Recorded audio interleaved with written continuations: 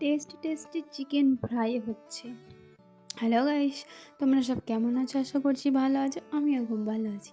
তো আজকে আমাদের ঘরে হচ্ছে চিকেন ফ্রাই। তো চিকেন ফ্রাইটা আমার ফুম্মারের মশলাটা মেখে দিচ্ছিলো। আজকে কেন আমার ফুম্মা একটু বেশি ভালোই করতে পারে এইসব। তো চিকেনটাকে ভালো করে লেবু মাখিয়ে ফার্স্টে রেখে দিয়েছিল। তারপর এতে নুন, আদা রসুন, টক দই, লেবু, লঙ্কা, হলদি, জিরে, ধনে, কাশ্মীরি লঙ্কা, মানে তারপরে একটা চাট মশলা, মানে সব রকমের যত রকমের মশলা লাগে সেইতে মানে যেমন পরিমাণে সব কিছু হইতে দিয়ে দিয়েছি, দেখতে পাচ্ছ এখানে। দেওয়ার পর এটাকে ভালো করে মেখে রেখে দিতে হবে। টক দইটা দিলে কিন্তু ভালো লাগে, আর আমি তো টক দই এমনিই খেতে ভালোবাসি, আমি এমনি মুখেই টক দই খেয়ে ফেলি। তারপরে এইতে দিয়েছিল কর্নফ্লাওয়ার আর চালের আটা গুঁড়ো, কারণ চালের আটা দিলে এটা একটু মানে যেমন ক্রিসপি মচমচে টাইপসের হয়ে যাবে, ওর জন্য চালের আটার গুঁড়োটা দিয়েছিল। তারপরে এটাকে ভালোভাবে মেখে নিয়েছে।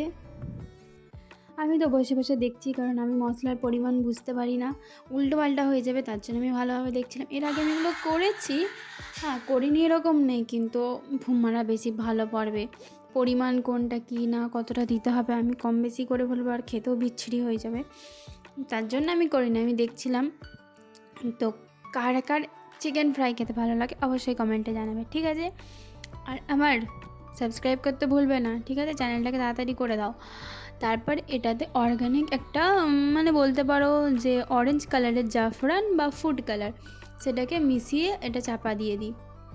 তারপরে আমি আর আমার দাদা গিয়েছিলাম ব্যাংকের কাকুরা যদি তাড়াতাড়ি কাজগুলো করে তাহলে আমাদের এত হ্যাপা করতে হয় না, ঠিক আছে? তো আমার দাদা যেহেতু বিদেশ চলে গেছেও এখন, তো ওর ব্যাংকের একটু সমস্যা হচ্ছিলো লিঙ্কের, ও সিম কার্ড চেঞ্জ করেছে, তার জন্য আমি আর আমার দাদা দুজন মিলেই চলে গেলাম ব্যাংকে।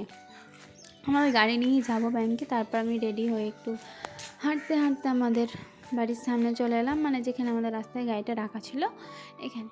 তারপরে আমি আর আমার দাদা মিলে গাড়ি করে বেরিয়ে পড়লাম আমাদের ব্যাংকের উদ্দেশ্যে। এটা হচ্ছে কি যে আমাদের গ্রামের রাস্তা, মানে আমরা আমাদের গ্রামের শেষের মাথাতেই চলে এসেছি একদম, আমি অত বেশি ভিডিও নিইনি।